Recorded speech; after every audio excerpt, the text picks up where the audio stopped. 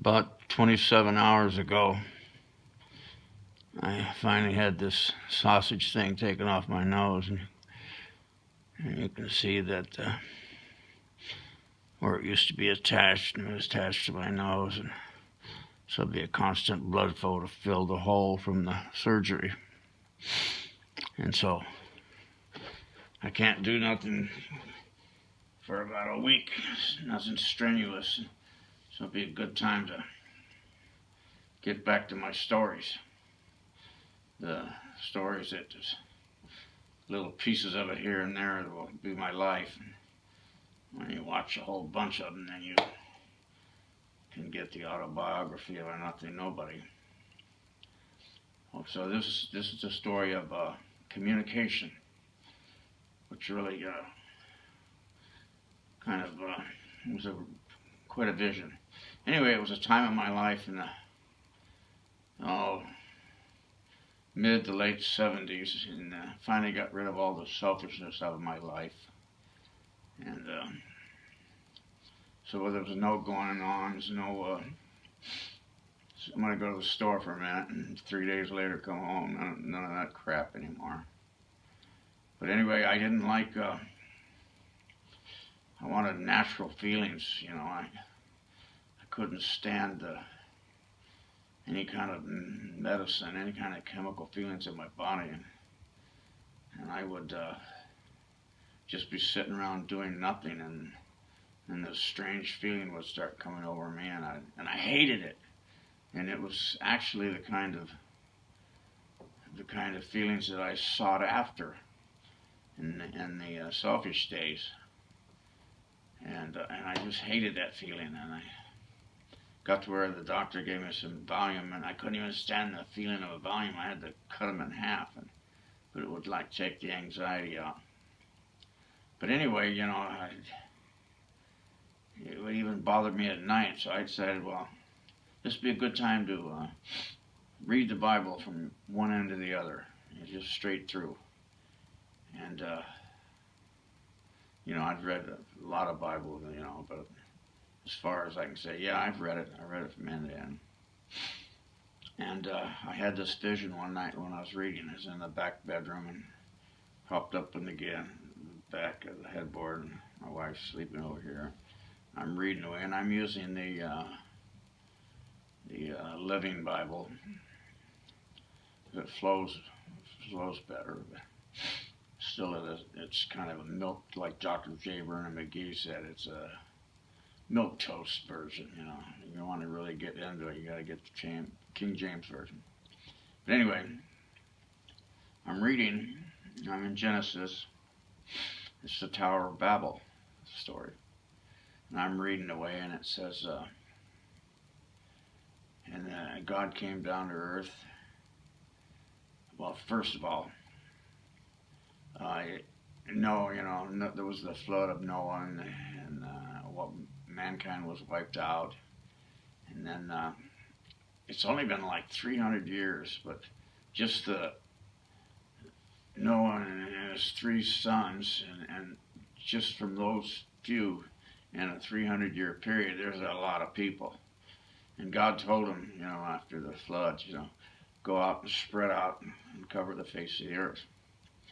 But no, they were all bunched up, and they decided they wanted to stay together and make a name for themselves. And so they were building this tower, this city, so we could stay together, and this tower, we'll build it all the way to heaven. We'll get to God our own way. And then the scripture says, and God came down and saw that what they were up to, and he said, let's confound their language, that they leave off building this. They have just begun to explore their linguistic ability, and now nothing's impossible for them.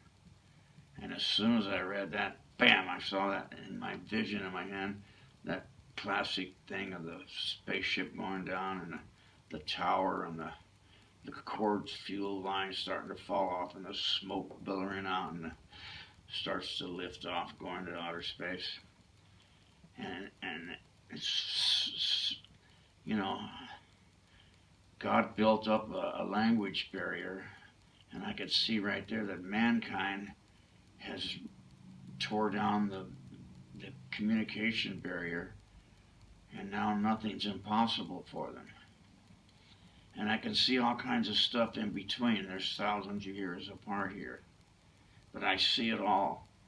And then I go on reading, and and whatever, I always listen to the radio to and from work. And I was listening to this Seventh-day Adventist guy, and he was talking about world knowledge. And it took like thousands of, in the beginning, it would take thousands of years, a couple of 3,000 or 4,000 years for world knowledge to double. And then it got down to where it only took 1,000 years to double, and then so on and so on. It's getting shorter and shorter.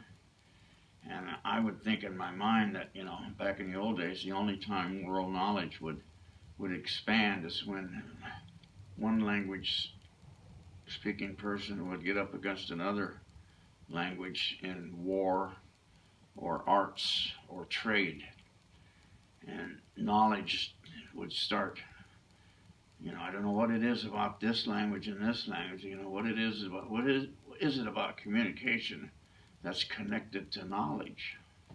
Of course, when you say, well, down the street there's this plum tree we can go raid at night, that's communication, and that expanded this person's knowledge that, there's a plum tree down there, whereas he didn't have it before. I can see it in that respect, but for building a rocket ship shooting up to the moon, that's something else. But anyway, and he was going about, he was throwing the timelines of what century this took place and this took.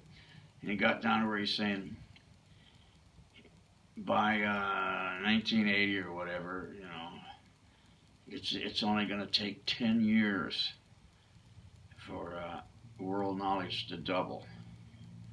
And then we get into the era of, you buy a VCR and, a month later it's outdue. And then computers, that the people, they used to only have them at work, and now they've got the computers in their homes. And you buy a computer and bring it home, and it's already outdated before you can unpack it. So the knowledge is just really booming. And then I started thinking back about how it's speeded up, like all of a sudden here's the